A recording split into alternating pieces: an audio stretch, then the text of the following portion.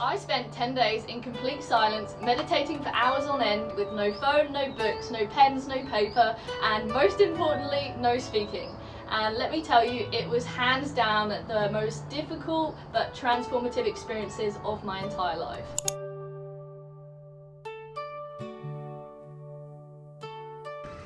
It's 11 AM here, local time in Kathmandu, Nepal. As you can see, I have this beautiful view behind me, but that's about to change. 1 hour from now, I'm going to be heading to Dharma Shringa, which is my Vipassana center. And I can't believe the day is finally here that I'm actually doing it. Like, I'm gonna be in silence for 10 days. Like, that is just crazy. I think a lot of us can't even fathom what that feeling is like. I mean, like, we've all spent time alone, but have we actually ever been alone? For sure I can say that I haven't. I mean, we've always got something to distract us. I recently completed my 200 hours teacher training course in Rishikesh, India, so I thought I was on good momentum to sort of do it here and now. Obviously, Nepal is right next to India. It's only a short flight away, and this centre that I'm going to is actually supposed to be one of the best rated ones in the world. I'm not going in with any expectations. I don't want to get there and it not be what I expect it to be. So until now, I'm just going in it completely open-minded and expecting the unexpected. I've spoken to a few people that have actually done it, and I've heard a lot of mixed things. The one thing that everyone has in common is they feel like it's benefited them immensely after the experience. I bought these mala beads at the market yesterday, so apparently there's a special type of wood in here that's supposed to help you meditate. I'm not quite sure on the ins and outs, so don't quote me on that. I actually spoke to a girl that halfway through the course actually convinced herself that she'd somehow signed up to a cult. I guess I will see you all in 10 days and I'll keep you updated.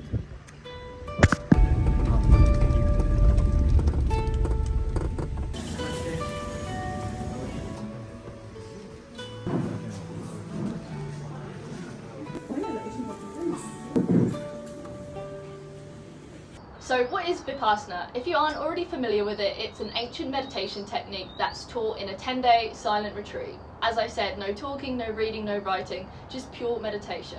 It's actually been 7 months since I did Vipassana, and I already filmed a load of footage while I was over in Nepal, but I wanted to share a little bit more about what the technique actually is, what they teach you, and how I used it to process some of my past in a really powerful way.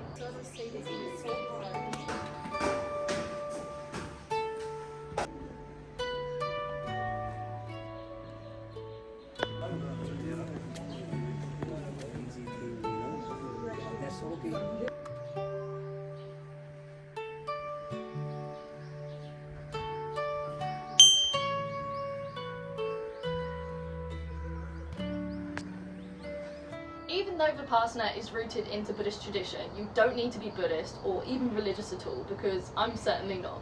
It's not about rituals or beliefs, it's more about self-awareness, which I think we can all agree is a universal technique. It's just about training your mind to observe reality for how it really is, not how we want it to be, because we all know that we're guilty of making up these fake scenarios in our head that aren't actually how it is. Vipassana is one of the most ancient forms of meditation, and it's said to be rediscovered by the Buddha over 2,500 years ago. And the word Vipassana means to see things how they really are. The technique teaches you how to observe your bodily sensations without reacting to it. So bringing awareness to the constant changes that's happening around our body, and the concept of observing the pleasant and unpleasant without having any reaction to them. So watching them pass is kind of like a metaphor for the impermanence of any situation that's happened or happening in our lives. It's used to reprogram your brain to not react, since it's just going to pass anyway. The courses around the world are mainly taught by Goenka, who's a Burmese Indian teacher that helped to spread Vipassana globally. But there are other courses from other teachers, but Goenka was the one that I did. During your course, you watch daily discourses, which are video lectures given by Goenka, where he explains the technique and the philosophy behind it. You require a bridge which connects this bank with the other bank, with the help of which you can enjoy and witness the other bank. This breath works like a bridge. One of the main things I loved about it is how it all connects to real life, and it was one of the only reasons I was able to stick with the full course. The way he talks about it is weirdly comforting. As you get to the end of the day, you're kind of ready to give up, and you hear his words of wisdom, and it's just like a big hug. I decided to do Vipassana because, well, I kind of felt like I needed a reset. Traveling constantly can be so draining and overwhelming, and I kind of just wanted to challenge myself mentally and emotionally.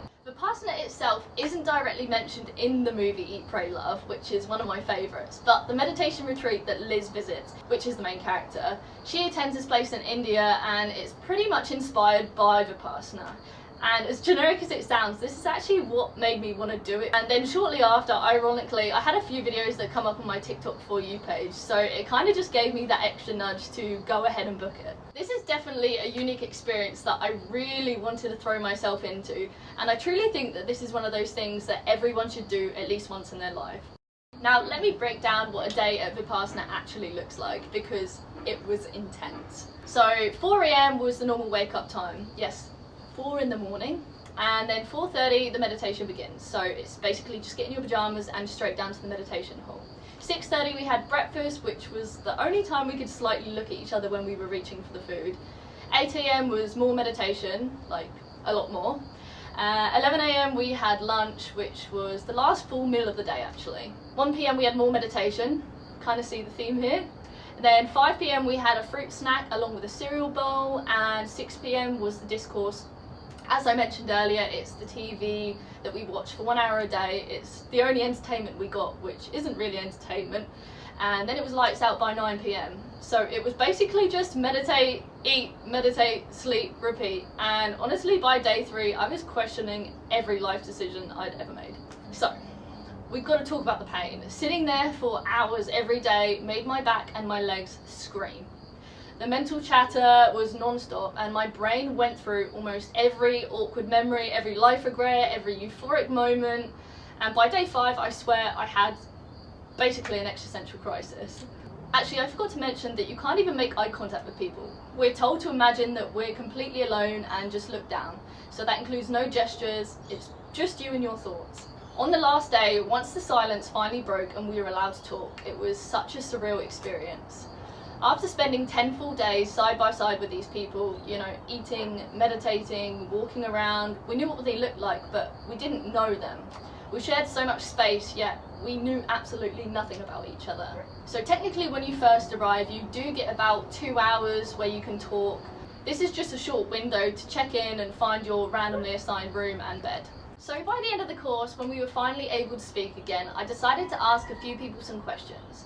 And I'll give you guys a little insight towards the end of the video on how everyone else found it, and what kind of people actually show up to do something as intense as Vipassana. I have to admit that one of the things personally I did to get me through the course was kind of against everything that Vipassana stands for. But it actually helped me so much, and I don't know how I would have got through it without this. The point of Vipassana is to focus entirely on the sensations of the body, with no distractions or daydreaming. But I made a sneaky little deal with myself, and I allowed myself 1 meditation session a day where I could think about whatever I wanted to. It kind of felt like a mini reward for all of the intense mental focus that I had been doing during that day. And I went through every memory that I had stored in my head, from early childhood to right up to now. It was like binge watching my whole life in order. Instead of having all of these big emotions, I started to view these memories with kind of a calm curiosity, just seeing them for what they actually are after having this experience, rather than how I reacted at the time, and really what I'd learned from them. This was one of the most healing parts of the whole experience for me. Day 5 was by far the hardest day for me. Up until that point, I managed to stay somewhat composed and focused, but on day 5, everything hit me all at once. My mom was actually flying in the day after that, and I knew that she was so close but so far, which made it even harder. From my window, I actually would look down onto the whole city of Kathmandu, just wondering what she was getting up to. On that day 5, I actually considered giving up, and for the first time I went to speak to one of the course leaders, which was the only time I spoke to anyone during the entire retreat. You're technically allowed to ask very limited questions during the 1 hour designated time, but only to the head meditation teacher. So I waited till it was my turn, and I instantly broke down in tears. I cried quite a lot, not just because of the emotional weight of the whole experience, but because of the intense knee and leg pain. On top of that, I had the sleep deprivation that was built up over the past few days, and it's like my mind and my body were reaching their edge. but she didn't pity me or try to talk me out of my emotions. She simply just said, stick it out, you'll regret it if you quit now. And I'm so glad that she said that, because she is so right. I don't quit at many things, and this was not going to be one of them. After that, something shifted and the course went on. I kind of came to the conclusion that I've got through to this point, let's just stick it out. Although day 5 was my lowest point, it soon became the turning point for everything that followed. I think it was around day 7 that something shifted. That was when they moved us into the individual meditation cells, and at first I was just excited for the change of scenery, to be honest. These were like pitch black soundproof rooms, and you're completely alone. You can actually lock it as well, so it's just you and your thoughts with no distractions and no external noise. I remember stepping into the cell thinking, how am I supposed to sit here for hours on end? It was quite terrifying at first, but weirdly it did help massively. So for the first time in my life, I actually felt present, like actually fully present. And the one thing that's interesting is that the rules actually differ depending on whether it's your first time or you're returning as an old student. For first time students like me, you actually get 2 meals a day, which is breakfast and lunch. And then, as I said, a piece of fruit and cereal with some tea in the evening. But for the old students, it's a lot stricter. They don't get the evening fruit, just a cup of tea. That's because they've already done the course once, so they kind of want to make it a little bit more difficult the second time when it comes around. They're expected to go into a much deeper mode of self-discipline. The meditation cells also work a little bit differently. We were introduced to them later in the course, but the old students are encouraged to use them earlier on. Even the beds are slightly different. Ours had, legs on it, a little bit more comfort. Not that they were comfortable at all, so I dread to think what theirs were like, but I heard that it's basically just a wooden platform with a thin mat on top of it with no pillow. During the breaks, you mostly just take care of yourself. I had a little bit of a rhythm going, mostly just taking warm showers or brushing my hair, brushing my teeth, and just taking slow walks around the complex really. It is quite small, but you get to know every little inch. And obviously there's no talking or no distractions, so your only job is to be present. And you really do start noticing every little detail in nature. Like, a leaf isn't just a leaf anymore, a bug isn't just a bug. You stare at it noticing the shades of green, the tiny little veins running through it, and the way that it moves in the wind. And you'd look at the bugs and the tiny little legs and the way it all just works. It's crazy when you start to realise how amazing the smallest things are, and kind of just how much you're missing when you're always rushing or scrolling or thinking about work. It really is amazing once you see this perspective. And there were people from all different walks of life, different ages, from different countries and backgrounds, and it reminded me how universal this practice actually is, because everyone had their own reason for coming. So here's what they had to say about the whole experience. Hi, how are you? Hi, I'm good. I'm calm. Congratulations on completing your 10-day Vipassana. Thank you so much. Thank you. Thank you. Thanks. Thank you, namaste. You too as well. Thank you very much. It was a tough time this time. How old are you? I'm 24. 29. I'm 24. I'm 25. 29. I'm 32. I'm 33. And which country are you from? Belgium. I'm from Switzerland. I'm from Czech Republic, Prague. I'm from Belgium. Netherlands. I'm from Nepal. Spain. And which day was hardest for you and why? For me, it was day 6 because I just had a lot of questions about the spiritual side of the teachings, but this is a very practical course, so there wasn't any way to ask anyone. And I just got in like a spiral, and I was like, oh no, I don't really know what to do. So it was really hard. But then the 7th day was a bit better again. The 6th day, yeah.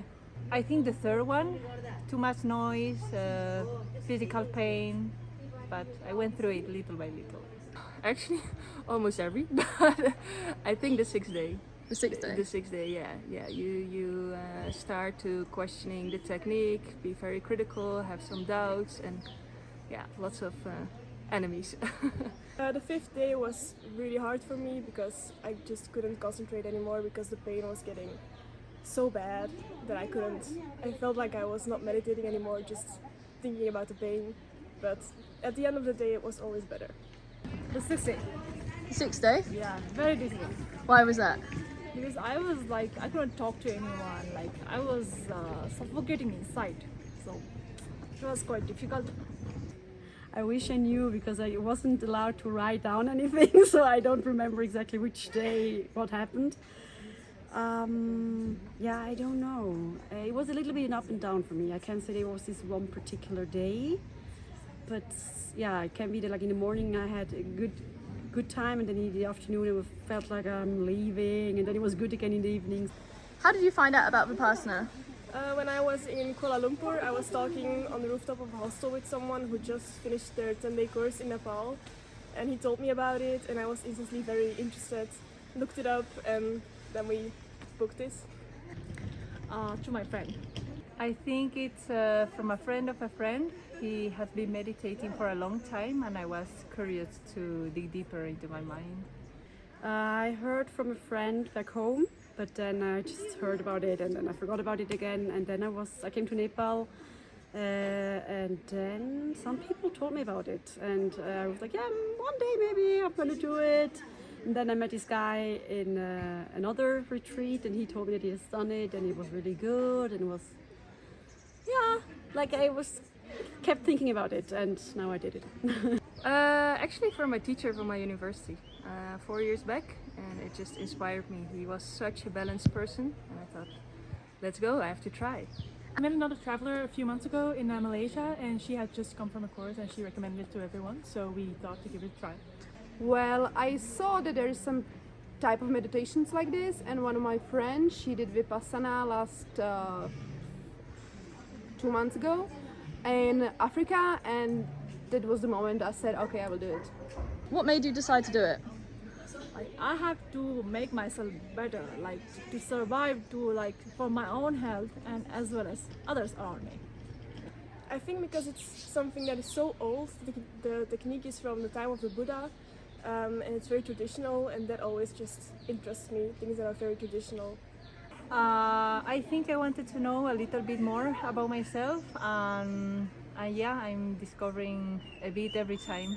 To find out the deeper roots of yourself, like you think you know yourself, but maybe there are some unknown things. I don't know. I felt like I need some peace and quiet and a way to center myself, and I thought maybe let's give this a shot and we'll see if it works or not.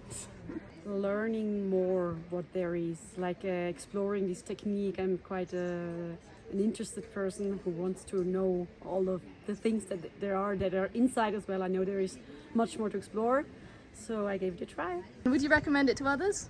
Definitely, yeah, definitely, yeah. It's very tough, so be aware of what you're putting yourself into, but it's worth it very much. Yeah, 100%. Of course, to my family and my friends, for well-being of the society and for themselves as well.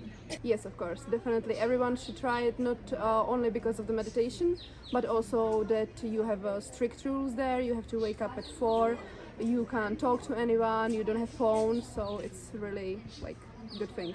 Yes, I would for sure recommend it, but I would also recommend to stay the entire time, even if some days you just feel like you want to go home. Just make it to the end of the day and just go through the entire course and you will feel better.